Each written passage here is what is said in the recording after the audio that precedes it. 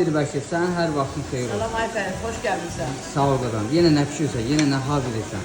Mən bugün Uzun bir aradan sonra görüp yenidən çəkilişlərə yenə də başlayırıq. çəkilişlər, bəli. Fərid Türkiyədəydi, biz çəkilişlər dayandırmışdıq. Şükür ki, gəldi, qayıtdı. Allah İndi sənə var olsun. başlamışıq öz işimizə. Bəli, bəli. Bugün nə hazırlayırsan? Bugün albuxaralı, şabalıqlı maça bişirir. Allah sənə var olsun. Get görək. Ayfərin, bu soğanımız qovrulduğu var. Aha.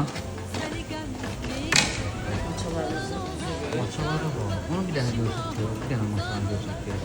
Vay vay vay. maça deyir, maç bax. Əlim qolum var olsun ay Dilbər şef.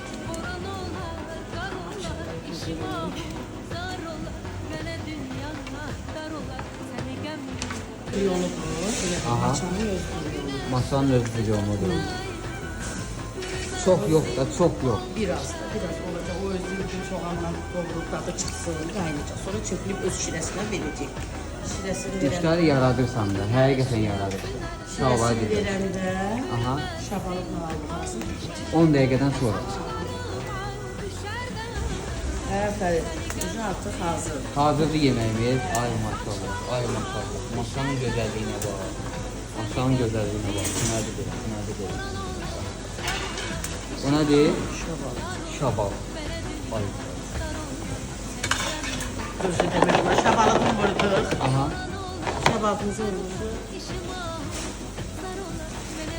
Bu nədir? Al bu parasını. Al bu sarı. Ay. Təxminən 1 dəqiqə hazırdır. Düzdür?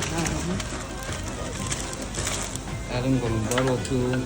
Bu işlərin namusu xüsusəsində Dilbər şefin yanında. Buyurun gəl. Sağ ol, Dilbər.